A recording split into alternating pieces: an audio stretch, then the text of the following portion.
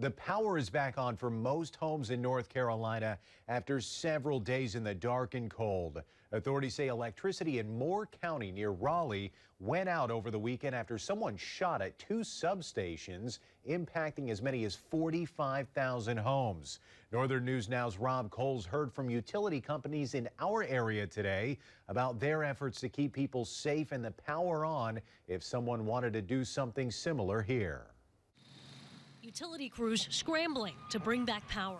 Though North Carolina is more than 1,000 miles away, word of the recent power outages there traveled to our area fast. You know, the situation in North Carolina really illustrates just how vital electric power is to basically everything we do. Amy Rutledge is Director of Corporate Communications for Minnesota Power. She says her organization is committed to keeping their infrastructure secure. We take the great responsibility of the safety of not only our employees, but our customers and our communities and all of our facilities very seriously. According to Rutledge, Minnesota Power is using information from the incident in North Carolina to help fortify security they have at their facilities. She says no threat has been detected here, but they're monitoring their systems. We employ everything from the latest technology to protocols and procedures that are in place to really ensure that those facilities and that critical infrastructure is maintained. In addition to all the physical barriers they have in place, Minnesota Power says they also have cybersecurity teams to protect their energy infrastructure on all fronts.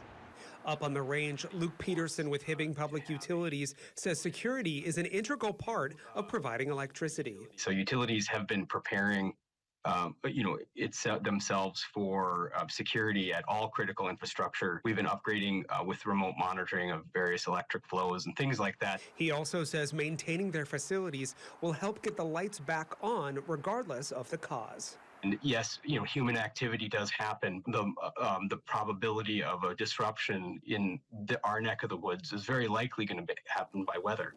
In Duluth, Rob Coles, Northern News Now. We also received a statement today from Xcel Energy, who provides power for much of northwest Wisconsin.